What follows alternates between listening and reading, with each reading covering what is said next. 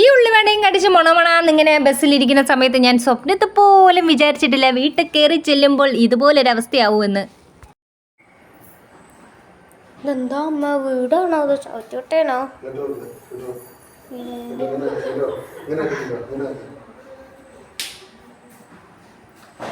അച്ഛനും മോളും വീഡിയോയ്ക്ക് വേണ്ടി കഷ്ടപ്പെട്ട ആറ്റിറ്റ്യൂഡ് ഇട്ടുകൊണ്ടിരിക്കുകയാണ്. ഞാൻ ഇപ്പോഴാണ് അറിയുന്നത് സത്യമായിട്ടും എൻ്റെ വീട്ടിൽ ഇത്രയും അധികം പാത്രങ്ങളുണ്ട് എന്നുള്ളത്. എപ്പോഴും ഞാൻ ഏട്ടനോട് പറയുന്നൊരു പരാതിയാണ്, എനിക്ക് പാത്രങ്ങളില്ല എന്ന്. എൻ്റെ അമ്മോ ഇത് കണ്ടിട്ട് എൻ്റെ കണ്ണ് തള്ളിയിരിക്കുകയാണ്. നമ്മൾ വെക്കേഷന് വീട്ടിൽ പോയൊരു ഗ്യാപ്പിൽ ഇവിടെ പെയിൻ്റ് അടിക്കാൻ ആൾക്കാർ വന്നിട്ടുണ്ടായിരുന്നു. അപ്പോൾ പെയിൻ്റ് അടിയൊക്കെ കഴിഞ്ഞിട്ട് അവർ എല്ലാ സാധനങ്ങളും ഇങ്ങനെ വെച്ചിരിക്കുകയാണ്. ഇനി ഇതെല്ലാം നമുക്ക് തിരിച്ച് ഓർഡറാക്കി വെക്കണം. നമ്മളിവിടെ ഇല്ലാത്തത് കൊണ്ട് തന്നെ പെയിൻ്റ് അടിക്കുമ്പോൾ അവരവരുടെ സൗകര്യത്തിന് എല്ലാം കൂടെ ഇങ്ങനെ ഓരോരോ ഭാഗങ്ങളിലായിട്ട് ഇങ്ങനെ വെച്ചിരിക്കുകയാണ്.